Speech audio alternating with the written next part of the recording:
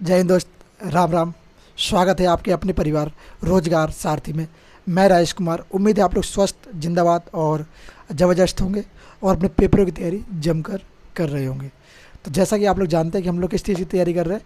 हम लोग कर रहे हैं एसएससी जीडी और यूपी पुलिस री एग्ज़ाम 2024-25 के लिए। ओके, तो 24-25 के लिए री एग्ज़ाम की तैयारी कर रहे हैं।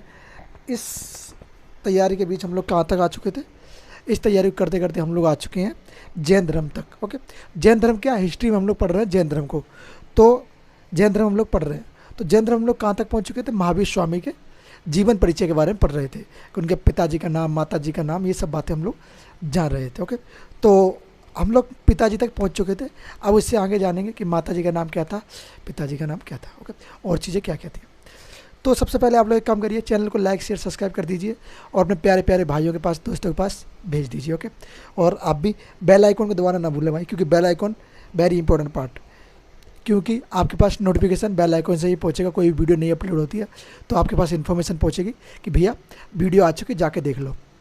तो कौन बताएगा? आपको बताएगा बेल आइकन। बेल आइकन को दबा दो, एक बार दबाना, बार बार नहीं, फिर दिक्कत हो जाएगी। ओके, तो एक बार बेल आइकन दबा दो, एक बार सब्सक्राइब की बटन दबा दो और एक बार लाइक की बटन दबा दो।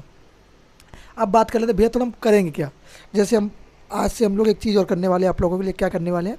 आज से हम लोग एक दो दिन बाद प्रैक्टिस सेट चालू करने वाले हैं आपके एसएससी जीडी और यूपी पुलिस के। एसएससी जीडी और यूपी पुलिस के प्रैक्टिस सेट आपके चालू हो जाएंगे। कब से हो जाएंगे? आज से 3 दिन बाद। ओके, आज से 3 दिन बाद आपके एसएससी जीडी और यूपी पुलिस के प्रैक्टिस सेट चालू हो जाएंगे। मतलब कि 19 तारीख को आपके प्रैक्टिस सेट स्टार्ट कर दिए जाएंगे। या चलो छोड़ो, नेक्स्ट जो आने वाला सोमवार, उस सोमवार से आपका प्रैक्टिस सेट चालू कर दिया जाएगा। ओके, सबसे बढ़िया बात, नेक्स्ट सोमवार को प्रैक्टिस सेट आपके चालू करवा दिए जाएंगे। मॉर्निंग में प्रैक्टिस सेट आपको कब मिलने वाले? प्रैक्टिस सेट मिलेंगे आपको दोपहर 3 बजे। कब? दोपहर 3 बजे आपको प्रैक्टिस सेट प्रोवाइड करवा दिया जाएगा। किसका? एसएससी जीडी और यूपी पुलिस दोनों का। ओके, तो आप लोग दोनों के प्रैक्टिस सेट अच्छे से करिएगा और फिर अपनी तैयारी को जांचिएगा कितनी आपकी तैयारी बेहतर हुई है। ओके, फिर उसके बाद हम लोग और चीज़ें करेंगे। यूपी जीके में लाने वाला हूँ कुछ दिन में आप लोगों को यूपी जीके भी देखने को मिलेगी। ओके, करंट अफेयर आपको मॉर्निंग में करवा दिया जाएगा। ओके, तो ये सारे सब्जेक्ट कुछ दिन में आपको देखने को मिलेंगे। तो बस लाइक शेयर सब्सक्राइब कर दीजिए, दोस्तों के पास शेयर कर दीजिए। फिर बढ़ते हैं अपने कंटेंट की ओर, अपने टॉपिक की ओर। टॉपिक क्या हमारा?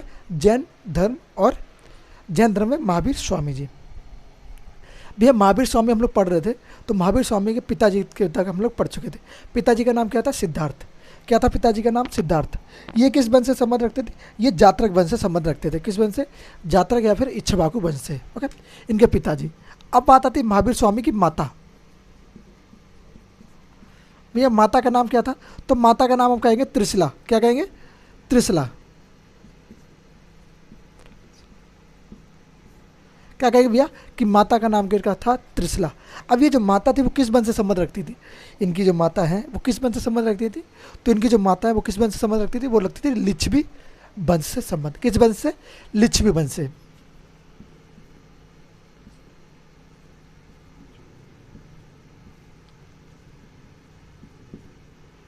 लिच्छवी वंश।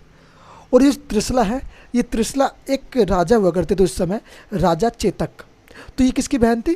त्रिशला जो है राजा चेतक की बहन थी। क्या थी? राजा चेतक की बहन। क्या कहेंगे आप? ये चेतक की बहन, चेतक की बहन। राजा चेतक के बारे में एक बात आती है सामने कि पहले ये किसके अनुयायी हुआ करते थे? ये पहले किसी धर्म को नहीं मानते थे। बाद में क्या हुआ, जब ये महावीर स्वामी जैन धर्म को अपनाते हैं तो चेतक क्या करते हैं? चेतक भी अपने पूरे राज्य में जैन धर्म को ही प्रथम धर्म घोषित कर देते हैं। क्या कहते हैं कि जैन धर्म प्रथम धर्म है, यहाँ पे कौन सा धर्म अपनाया जाएगा? जैन धर्म को अपनाया जाएगा। क्यों? क्योंकि महावीर स्वामी कौन थे? इनके मामा थे, भांजा था। और ये कौन थे? ये मामा थे। तो भाई जाहिर सी बात है, मामा भांजा का रिश्ता आप जानते हो कितना फेवरेट होता है। किसी किसी के लिए फेवरेट होता है, किसी किसी के लिए अलग बात है, पर ज़्यादातर मामा भांजे का रिश्ता बहुत फेवरेट होता है। ओके, तो यहाँ पे मामा ने भांजे की बात मानी और क्या किया? अपने पूरे राज्य में एक धर्म को स्थापित कर दिया। कौन सा? जैन धर्म, जो यहाँ पे राज्य धर्म बन गया। सब लोग इस धर्म को अपनाते थे। ओके, फिर आगे जानते हैं। चेतक हो गया, ये राजा थे। क्या थे? ये राजा थे। ओके। फिर क्या हुआ, इनके इनका बचपन का नाम बात करें तो भैया इनके बचपन का नाम क्या था? तो महावीर स्वामी वो व्यक्ति जिनके बचपन का नाम क्या हुआ है? बचपन का नाम रहा है वर्धमान। क्या रहा है?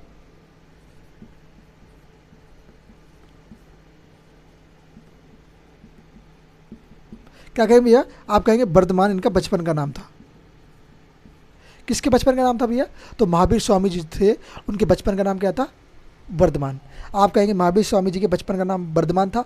अब क्या हुआ, महावीर स्वामी जब बड़े हुए तो करीब करीब 15 से 20 की अवस्था के बीच में इनकी क्या कर दी गई, इनकी शादी होती है। शादी किससे करवाई जाती है? शादी करवाई जाती है इनसे यशोदा से। किससे?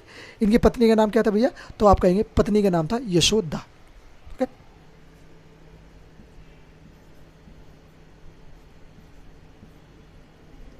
पत्नी यशोदा। यहाँ पे आप लोग एक चीज़ देखेंगे कि कितना कंपेयर है दोनों लोगों में। जैन धर्म के संस्थापक, वास्तविक संस्थापक बोले तो महावीर स्वामी, और बौद्ध धर्म के संस्थापक कौन है?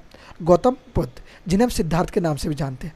तो यहाँ पे देखो ये दोनों लोगों की कितनी चीज़ें सामान बातें आती हैं। सबसे पहली बात, इनकी पत्नी का नाम, एक की पत्नी का नाम यशोधरा और एक की यशोदा, और माता का नाम, उनकी माता का नाम प्रजापति गौतमी, इनकी प्रजापति माता का नाम त्रिशला। ओके। तो यहाँ से इन दोनों को बहुत चीज़ें समानता मिलती हैं, इनके सोच विचार, तो बहुत चीज़ इन लोगों की दोनों में समानताएं मिलती हैं देखने को। ओके। तो ये महावीर स्वामी के समकालीन थे। और इस धर्म को क्या कहते हैं? ये धर्म सबसे पुराना धर्म था। कौन सा? ये धर्म रहा है सिंधु घाटी सभ्यता के समकालीन का धर्म। कितना धर्म? बहुत पुराना ये धर्म है। ओके। और क्या कहेंगे, जब इनकी शादी हो जाती भैया, शादी होगी तो बच्चे भी होंगे।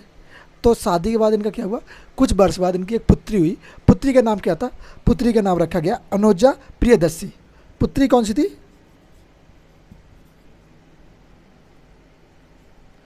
पुत्री का नाम क्या है? अनुजा, अनुजा प्रियदर्शी, प्रियदर्शनी। भैया ये कौन थे? ये थे महावीर स्वामी जी के पुत्री। अब भैया महावीर स्वामी जी की पुत्री जब धीरे धीरे बड़ी होती है तो उनकी शादी करवाई जाती है। शादी किससे करवाई जाती है भैया? तो महावीर स्वामी जी की पुत्री की शादी होती है। तो शादी एक व्यक्ति होते हैं जिसका नाम है जमाली। कौन होता है? जमाली। जमाली के साथ क्या होता है?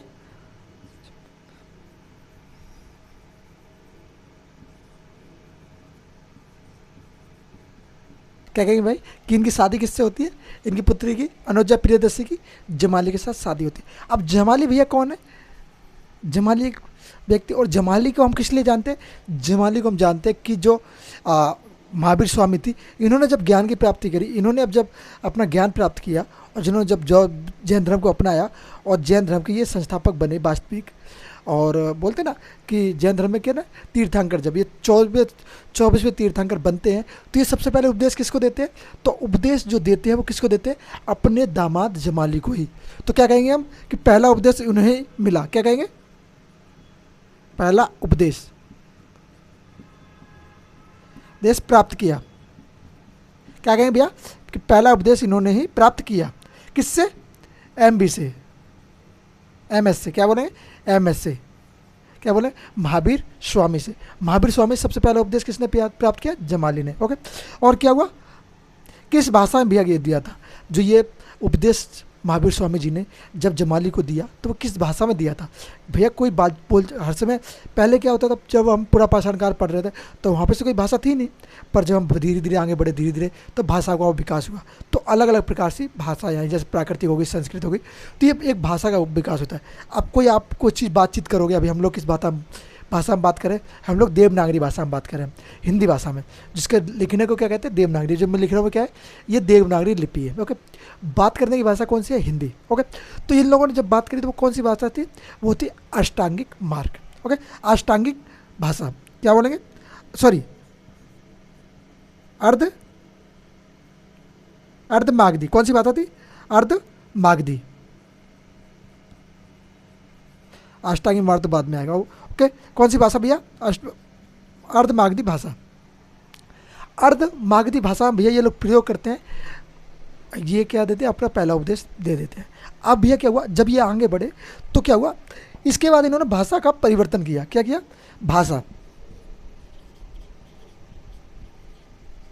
बाद में जाके जैन धर्म में कौन सी भाषा का प्रयोग हुआ? तो बाद में जाके जैन धर्म में प्राकृतिक भाषा का प्रयोग होना चालू हुआ। कौन सी भाषा? प्राकृतिक। प्राकृत कौन सी भाषा? प्राकृत भाषा का प्रयोग हुआ। प्राकृत भाषा का प्रयोग होना चालू हुआ कब? बाद में।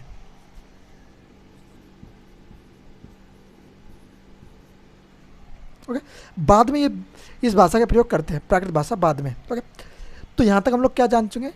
माता का नाम त्रिशला, पिता का नाम सिद्धार्थ। ओके, बचपन का नाम, क्योंकि हमें यहाँ से हमने छोड़ा था तो इसलिए यहीं से चालू कर रहे हैं, उससे पहले आप लोग देख चुके हैं। ओके, फिर बचपन का नाम वर्धमान, पत्नी यशोदा, पुत्री अनुजा प्रियदर्शी। अनुजा प्रियदर्शी की शादी किसके साथ होती है?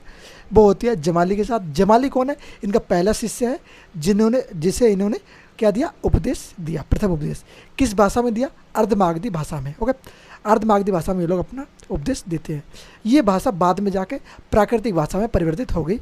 इस भाषा के इन लोगों ने प्राकृतिक भाषा का प्रयोग करना चालू किया। किसमें? जैन धर्म में। ओके, तो यहाँ तक क्लियर है? किसी को कोई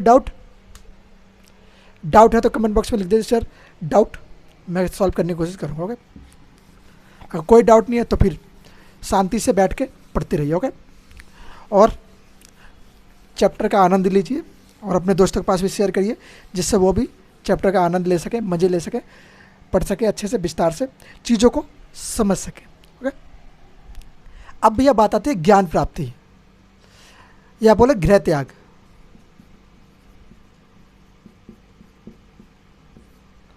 ये तो था इनका परिचय, इनके बारे में थोड़ा जान लिया। अब थोड़ा जानते हैं महावीर स्वामी कैसे महावीर स्वामी कहलाए। बचपन में तो वर्धमान थे, अब वर्धमान जो व्यक्ति उनका नाम वर्धमान था, तो वर्धमान को कैसे महावीर स्वामी कह दिया गया, कैसे वो महावीर स्वामी कहलाए, इस विषय पर हम लोग जानेंगे अच्छे से। क्योंकि एक व्यक्ति जो बच्चा बालक बाद में जाके आगे बढ़ता है, जब ऊपर जाता है, तो उसको कैसे वो प्राप्त उस कामयाबी तक पहुंचता है जब उसे एक महावीर की उपाधि मिल गई, एक तीर्थंकर की उपाधि दे दी गई। तो उसके लिए उन्होंने कुछ ना कुछ कष्ट तो सहे होंगे भाई, क्योंकि किसी भी चीज़ को आसानी से प्राप्त करना मुश्किल है, और जो आसानी से मिल जाए उसको आप कदर नहीं होती है आदमी को, क्योंकि हर चीज़ आसानी से नहीं मिलती मेरे दोस्त, मुश्किलों का सामना तो करना पड़ता है। ऐसा कोई नहीं है ऐसा कोई व्यक्ति मुझे दिखा दो जो बोलेगा कि मुझे ये चीज़ आसानी से मिल गई, भले ही कितनी कठिनाई जरूर उसने प्राप्त करी होगी। अगर आप मान लो चलो पेन भी उठाते हो ना, तो पेन भी उठाते हो, उसमें भी लिखते हो, और जब लिखते हो तो आपको हाथों को दर्द पहुंचता है, तो आता है वो क्या कहेंगे, जो लिखा है ना वो आसानी से नहीं लिखा गया, उसमें भी थोड़ा कष्ट हुआ है, और कष्ट जरूरी है। जब आपने कष्ट किया तब कुछ लिखा है, और कुछ लिखा है वो कुछ बहुत कुछ कर सकता है। ओके, तो ये बात है, आप क्या कर सकते हैं वो आप जानते हैं, कोई दूसरा आपको नहीं बताता। आप अपने बारे में स्वयं आपके रचयिता हो। तो यही कहूँगा कि आप सिर्फ अपने ऊपर डटे रहे, दूसरे की बातों पे ध्यान मत दें। दूसरा क्या कहता है कि तुम नहीं कर पाओगे, अरे तुम्हें करना क्या है भाई, नहीं कर पाएंगे, बात खत्म, तुम जाओ, नहीं सुन रहे तुम्हारी, अपने काम से काम रखो। जो कह रहा है कि नहीं कर पाओगे भैया, अच्छा नहीं कर पाएंगे, बात खत्म, अपने लगे रहो, दूसरे की सुनना, दूसरे के कहने पे तुम चलोगे क्या, नहीं ना, अपने कहने पे चलो, बात खत्म। ओके, चलिए, तो गृह त्याग की बात आती है। भैया गृह त्याग क्या हुआ? जब ये कितने वर्ष की अवस्था के थे? जब ये 30 वर्ष की अवस्था के थे। कितने वर्ष की अवस्था के भाई कहेंगे भैया? 30 वर्ष के।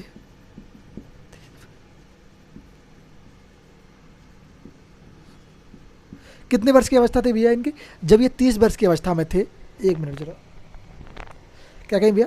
जब ये 30 वर्ष की अवस्था में थे तो इन्होंने क्या किया? अपने भाई, किससे? अपने भाई नंदीवर्धन, इनके भाई का नाम क्या था? इनके भाई का नाम था नंदीवर्धन। नंदीवर्धन से ये क्या कहते हैं? नंदीवर्धन से रात में जाते हैं, करीब करीब मान के चलो रात में 10-12 बजे होंगे, समय का, रात्रि का समय था, क्या? मध्य रात्रि, मध्य रात्रि, मध्य रात्रि को ये अपने भाई किससे?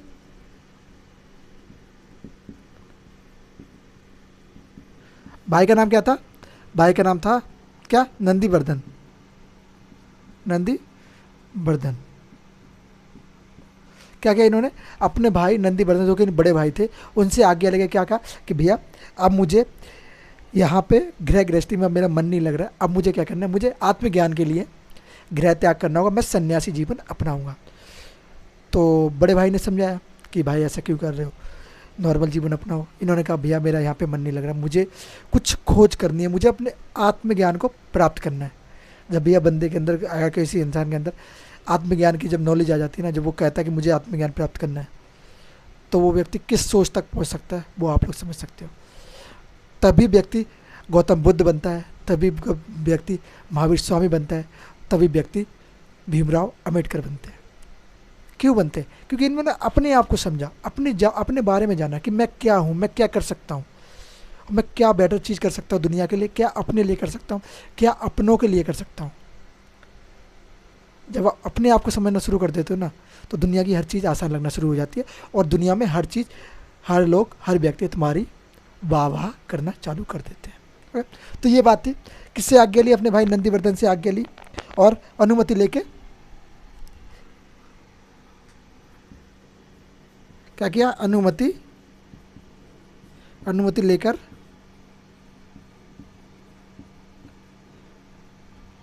लेकर क्या किया? गृह त्याग दिया। गृह त्यागा। और उस समय इनकी अवस्था कितनी थी? तो आप क्या कहेंगे भैया? उस समय इनकी अवस्था थी 30 वर्ष की। कितने वर्ष की थी भैया? 30 वर्ष की। तो 30 वर्ष की अवस्था में ये गृह त्याग कर देते हैं। जब गृह त्याग किया तो किस किस को छोड़ा? भाई, माँ, बाप, दौलत, शोहरत, पत्नी, बेटी।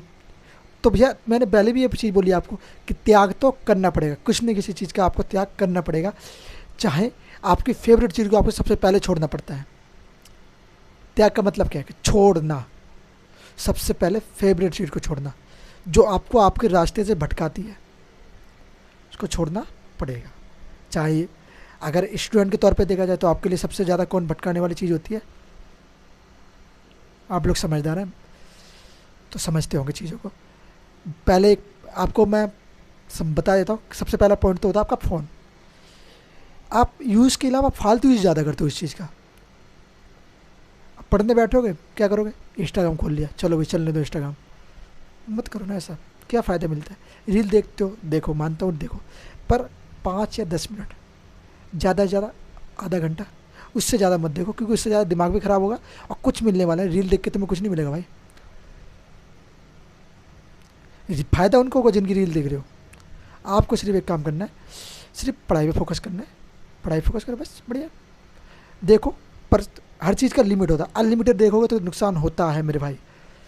ये चीज़ मैंने पहले ही बोली, अभी बोलूँगा, हर समय बोलूँगा। अनलिमिटेड चीज़ नुकसानदेह होती है, कुछ ज़्यादा हो जाए तो। ओके ओके, चलिए आते हैं विस्तार पे टॉपिक पर वापस। क्या हुआ? गृह त्याग इन्होंने कर दिया। गृह त्याग किया तब अवस्था कितनी वर्ष की थी? 30 वर्ष की। उसके बाद इन्होंने क्या किया? 6 वर्ष तपस्या करी। तपस्या नहीं कहेंगे, 6 वर्ष क्या किया? अपने मित्र के साथ रहे। इनके मित्र कौन थे? पहले 6 वर्ष ये क्या रहे? पहले 6 वर्ष, फर्स्ट 6 ईयर कहाँ इन्होंने व्यतीत किए? अपने मित्र मखाली गोसाल। किसके साथ? किसके साथ भैया? मखली गोसाल।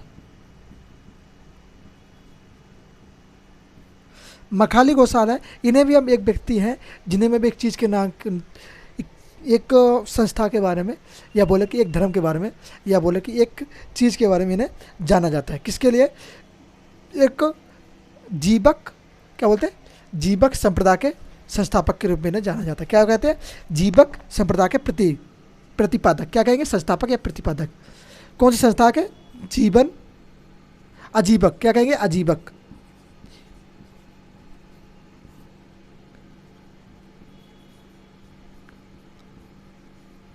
क्या कहेंगे भैया? अजीबक संप्रदाय के ये क्या है? प्रतिपादक। क्या कहेंगे भैया? कि ये अजीबक संप्रदाय के प्रतिपादक है। कौन? महावीर स्वामी के मित्र, जिनका नाम है मखाली गोसाल। किसके साथ रहे? इनके साथ ये रहे।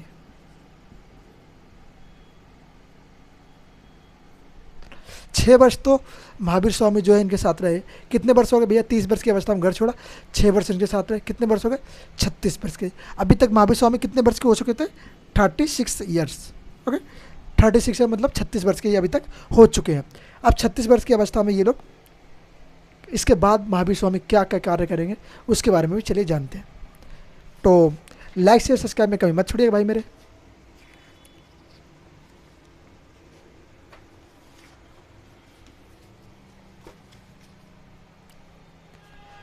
चलिए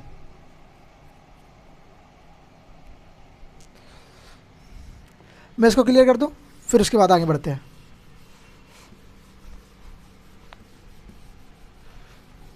टॉपिक अपना क्या है बताओ जरा एक बार, क्या है? जैन धर्म। हाँ, टॉपिक को मत भूलना, मुझे तो चले कि हम पढ़ तो रहे हैं पर टॉपिक पता नहीं क्या पढ़ रहे हैं। टॉपिक याद रखो क्या चल रहा है, जैन धर्म। ओके चलिए, मैं मानता हूँ आप लोग इतने बुद्धू भी नहीं हैं। ओके क्या कहेंगे, प्रथम 12 वर्ष क्या किया, 12 वर्ष इन्होंने तप किया। क्या किया? तप मतलब तपस्या करी, सिया नहीं भाई, किया। क्या किया? 12 वर्ष इन्होंने तपस्या करी। 12 वर्ष को 2 भागों में डिवाइड कर दिया इन्होंने। 1 मिनट ज़्यादा बड़ा हो गया।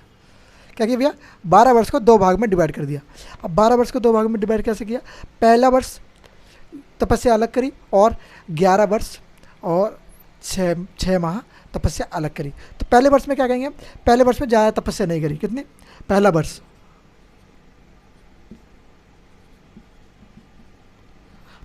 इन्होंने तपस्या कहाँ करी? अशोक वृक्ष के नीचे। किसके वृक्ष के नीचे? अशोक का पेड़, अशोक वृक्ष के नीचे इन्होंने पहले वर्ष तपस्या करी। नदी कौन सी थी भैया? तो नदी कहेंगे आप स्वर्ण बालुका नदी। किस नदी के किनारे? स्वर्ण बालुका।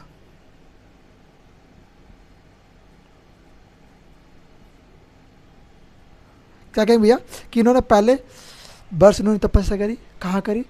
स्वर्ण बालुका नदी के किनारे अशोक वृक्ष के नीचे। तो भैया आप कहेंगे कि नदी के किनारे ही तपस्या क्यों करते हैं ये लोग ज़्यादातर? महावीर स्वामी हो गए या गौतम बुद्ध हो गए या अन्य व्यक्ति हो गए जो तपस्या करते हैं, वो ज़्यादातर नदी के किनारे या पहाड़ों पर क्यों करते? क्योंकि भाई यहाँ पे शांति की अवस्था होती है। नदी के किनारे एक पानी का लहराव जो आता है ना, उसमें जब पानी तैरता है चलता है तो उसकी जो आप सुनते हो ना, उसमें दिमाग में शांति घूमती है। तो आप सोचने विचार के करने लायक हो जाते हो। उस समय आप सोचते हो, उस समय तो शांति का माहौल होता है, और जहाँ शांति का माहौल होगा तहाँ तपस्या करना अच्छा रहता है। ओके, अब इसको योगा के तौर पे भी ले सकते हैं। बच्चे योगा करते हैं सुबह सुबह, आप लोग भी करो, बहुत बेटर रहता है, फ़ायदेमंद चीज़ होती है। तो वो भी शांति जगह पे ही होता है। ओके, अब बात होती है पहले वर्ष तो इन्होंने यहाँ पे करी तपस्या। उसके बाद आखिरी 11 पॉइंट कितने? 6 वर्ष, मतलब 11 वर्ष 6 महीने कहाँ पर तपस्या करी? या बोलेंगे 6.5। क्या कहेंगे? 11 वर्ष 6.5 महीने माह, 11 वर्ष 6.5 माह तपस्या इन्होंने कहाँ पर करी भैया? तो ये करिए साल वृक्ष के नीचे। किस वृक्ष के नीचे? साल का एक पेड़ होता है, उसको कहते हैं साल वृक्ष। आपके अगर स्कूल में लगा होगा तो आपने देखा होगा, साल वृक्ष होता है, एक अच्छा वृक्ष होता है, अच्छा पेड़ होता है उसके। तो ये साल वृक्ष के नीचे करिए। अब भैया बात आती है नदी, तो किस नदी के नीचे करिए? तो ऋजुपालिका नदी है। कौन सी नदी है ये बोलेंगे भैया? ऋजुपालिका। ओके, क्या कहेंगे?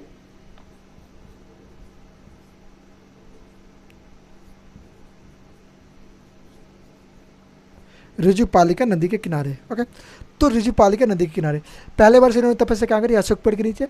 कौन सी नदी? नसी कहेंगे हम, क्या कहेंगे? स्वर्ण बालुका नदी।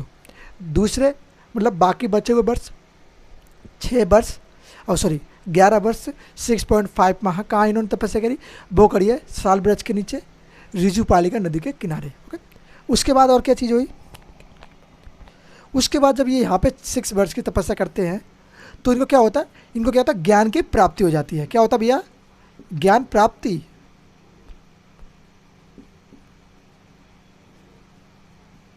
ज्ञान प्राप्ति हुई। ओके, ज्ञान प्राप्ति होगी और क्या चीज़ हुआ? कहाँ पर इन्हें ज्ञान की प्राप्ति हुई? तो वो गांव कौन सा था?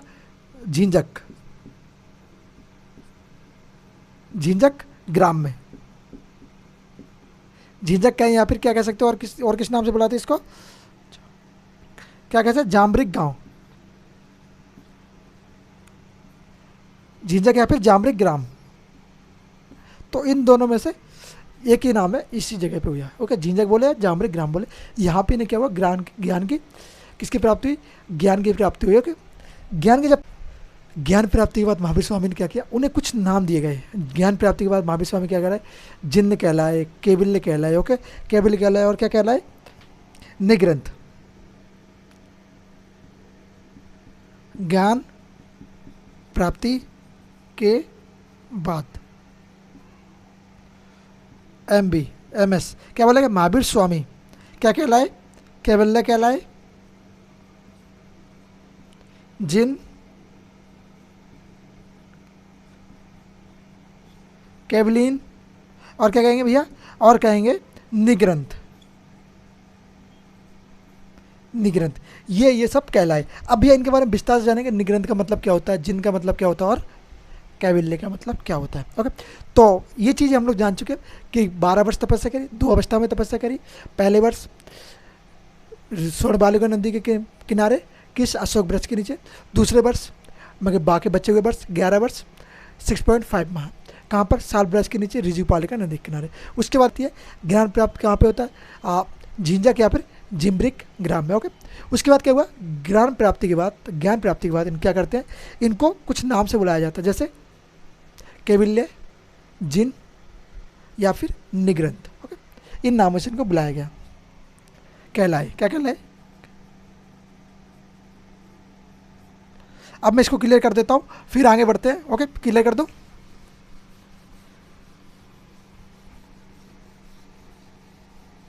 फिर आगे जानेंगे और भी चीज़ों के बारे में विस्तार से।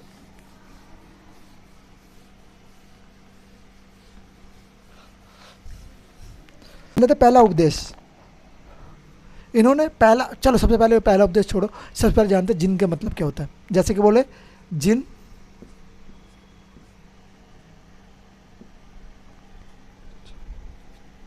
जिनका मतलब क्या होगा भैया, खुद की जो इच्छाएं हैं, खुद की इच्छाएं, इच्छाओं पर विजय प्राप्त करना, विजय प्राप्त करना। अब ये खुद की इच्छाओं पर विजय प्राप्त करना मतलब खुद के जो मन में इच्छाएं उठती हैं उन पर प्राप्त करना, उनको रोकने की कोशिश करना। आप उनको रोक सके। मन में मेरी इच्छा होती है कि मैं आज, मान लो मैं आज 1 किलो बर्फ़ी खाऊंगा, फिर मेरे मन ने किया नहीं रोकना पड़ेगा, तो मैंने कहा नहीं यार बाद में खाऊंगा, तो अपने आपको मैंने रोक लिया, और फिर मैंने विचार बनाया कि नहीं यार अब तो बाद में देखा जाएगा। तो अपने मन पे काबू करना।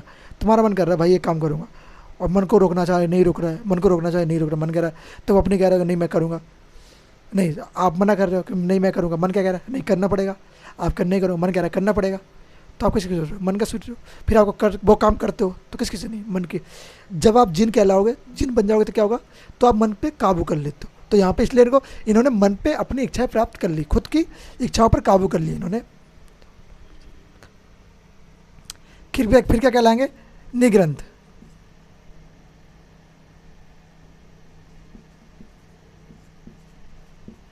निग्रंथ का मतलब क्या होगा, सांसारिक बंधनों से मुक्त। क्या बोलेंगे, सांसारिक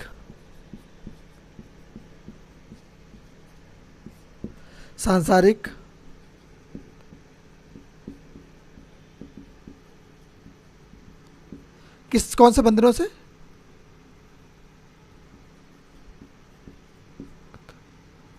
सांसारिक बंधनों से मुक्त। ओके, मुक्ति क्या बोलेंगे, मुक्त या फिर मुक्ति।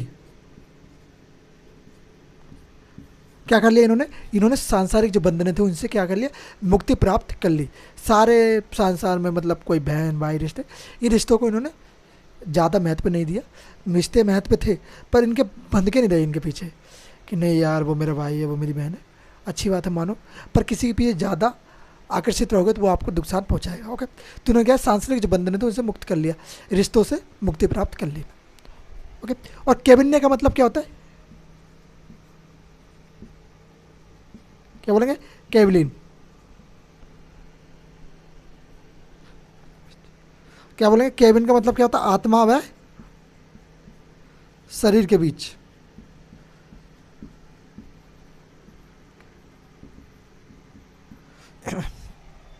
आत्मा और शरीर के बीच एक अच्छी बॉन्डिंग स्थापित कर लेना, उसको क्या कहते हैं, कैबिन ने। ओके, तो इन्होंने अपने आत्मा और शरीर के बीच में भी अच्छी बॉन्डिंग स्थापित कर ली थी। आत्मा जो कहे वो शरीर करे, शरीर जो कहे वो आत्मा करे, तो दोनों को एक दूसरे को करने पे मजबूर कर दिया था इन्होंने अपने शरीर को। तो ये थी इन लोग थोड़ी इनके बारे में डिफाइन कि जिनको क्या कहते हैं, निग्रंथ को कहते हैं, कैवलिन को क्या कहते हैं। पेपर में प्रश्न पूछेंगे निग्रंथ का मतलब क्या है, नीचे लिख के दे देगा, 4 ऑप्शन देगा, तो आपको पता होगा तो आप बता दो। फिर पहले पहला उपदेश,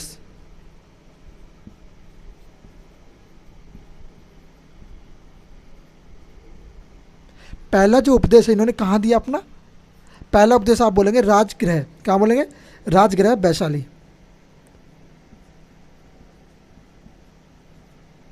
महावीर स्वामी जी थे, उन्होंने अपना पहला उपदेश किस भाषा में दिया, अष्टमागधी भाषा में। कहाँ पर, राजगृह, अर्धमागधी, कौन सी, अर्ध,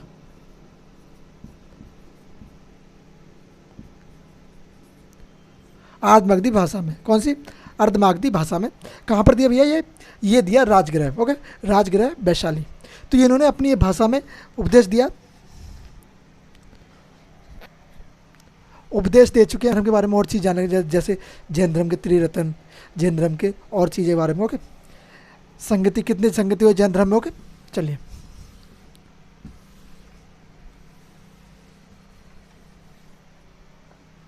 बात करते हैं जैन धर्म, जैन धर्म के त्रिरत्न। अच्छा बौद्ध, मुझे ये बताओ कि बौद्ध धर्म के त्रिरत्न कौन कौन से थे, मुझे बताओ कमेंट बॉक्स में, ओके। मैंने आपको बताया, ये मत कहना कि सर मुझे पता नहीं है, भाई सबको पता होना चाहिए। जो नया है वो पता करो, वीडियो जाके देखो जैन धर्म के बारे में, सॉरी बौद्ध धर्म के बारे में उसमें बताया हुआ है, ओके। सेकंड वीडियो है, जाके देखो, पता चल जाएगा आपको, ओके।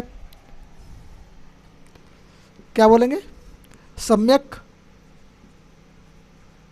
कितने, त्रिरत्न, मतलब तीन रत्न है। कौन से रत्न है, सम्यक दर्शन, सम्यक दर्शन, दूसरा इधर ही लिख देंगे सम्यक ज्ञान, क्या बोलेंगे भैया, सम्यक दर्शन, सम्यक ज्ञान। तीसरा क्या होगा, सम्यक, क्या कहेंगे, सम्यक आचरण, सम्यक आचरण हो गया। तो ये क्या थे, ये जैन धर्म के त्रिरत्न थे। जैन धर्म के त्रिरत्न ये थे। तो बौद्ध धर्म के त्रिरत्न कौन कौन से थे, संघ, धम्म और एक लास्ट मुझे आप बताओ कौन सा था, संघ, धर्म, सॉरी संघ और धम्म, और लास्ट कौन सा था, मुझे आप बताओ कमेंट बॉक्स में, ओके। चलिए क्या, जब क्या बोलेंगे, जैन समितियां,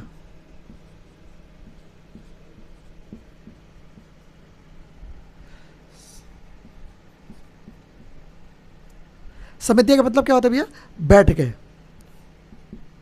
जैन धर्म में कुल कितनी बैठकें हुई है, जहाँ महत्वपूर्ण बातें करी गई हैं धर्म के बारे में, इसको और कैसे आगे बढ़ाया जाए, बाकी और भी चीज़ें रही होंगी।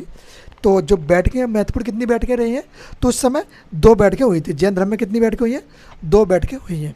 और बौद्ध धर्म में कितनी बैठकें हुई हैं, 4 बैठकें हुई हैं। और चौथी बैठक में बौद्ध धर्म डिवाइड हो गया था, जैन धर्म दूसरी बैठक में डिवाइड हो जाएगा, ओके। आगे जानेंगे। 10 से बात करें कब हुई है, तो 300 BC में। कब हुई है भैया, 300 BC में। 300 BC में कहाँ पर हुई है, किसके समय हुई है, पाटलिपुत्र में हुई है।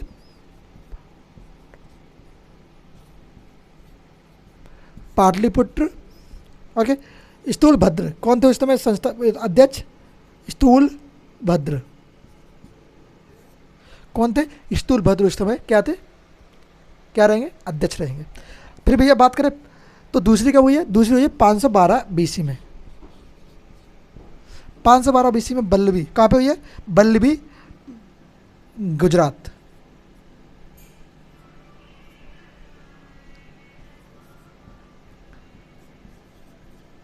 क्या बोलेंगे भैया, बल्लभी गुजरात में हुई है। ये किस, इस समय अध्यक्ष कौन थे, देवादी क्षमा श्रवण, कौन थे भैया, देवादी क्षमा श्रवण। उस समय क्या थे, जैन धर्म में जब ये दूसरी बौद्ध समिति हुई थी, जैन समिति, तो उस समय क्या थे, अध्यक्ष थे, ओके। तो हम चीज़ जान चुके हैं। और चीज़ें जानते हैं, जैसे जैन धर्म की त्रिरत्न के बारे में बात कर ली, जैन धर्म की संगति के बारे में बात कर ली। कितनी समिति हुई, 2 समिति हुई हैं। रत्न कौन से, 3 रत्न है, सम्यक दर्शन, सम्यक ज्ञान, सम्यक आचरण, ओके। अब और चीज़ जानते हैं, जैसे कि बोले जैन धर्म में कास्य दिए गए, कितने कास्य हैं, जैन धर्म में कुछ कास्य दिए गए हैं, कांस्य, कास्य। तो ये कुल कितने कास्य हैं, कुल 4 कास्य, 3 कास्य हैं। क्रोध, क्या कहा, क्रोध न करना, दूसरा माया, माया मुक्त रहना। तीसरा छंद, चंद्र सूत्र, क्या क्या गया है, चंद्र सूत्र दिया गया। ओके, तो ये जैन धर्म के ये कास्ट से हैं। कितने कास्ट से बोले जाएंगे, कहीं कहीं 4 मिलेंगे, कहीं कहीं 3 मिलेंगे आपको। तो यहाँ पे जो इंपॉर्टेंट है वो 3 कास्ट से है। ओके, फिर बात करें और क्या रहे, अगर बात करें जैन साहित्य,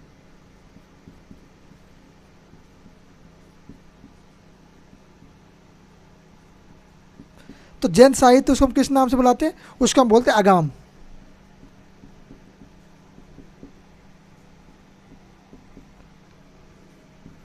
भैया क्या कहेंगे आप, भैया कहेंगे कि जैन साहित्य को हम किस नाम से बोलते हैं, आगाम नाम से बुलाते हैं। किसको, जैन साहित्य को।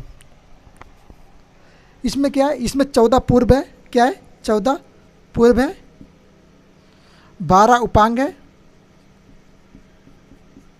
आपसे पूछा जाए कि 6 छंद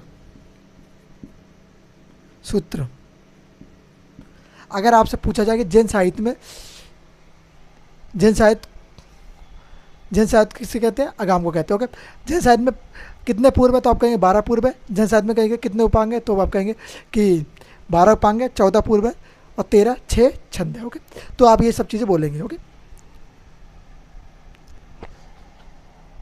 तो ये था क्या, जैन धर्म। जैन धर्म के बारे में अभी हम लोग इतना ही जानते हैं।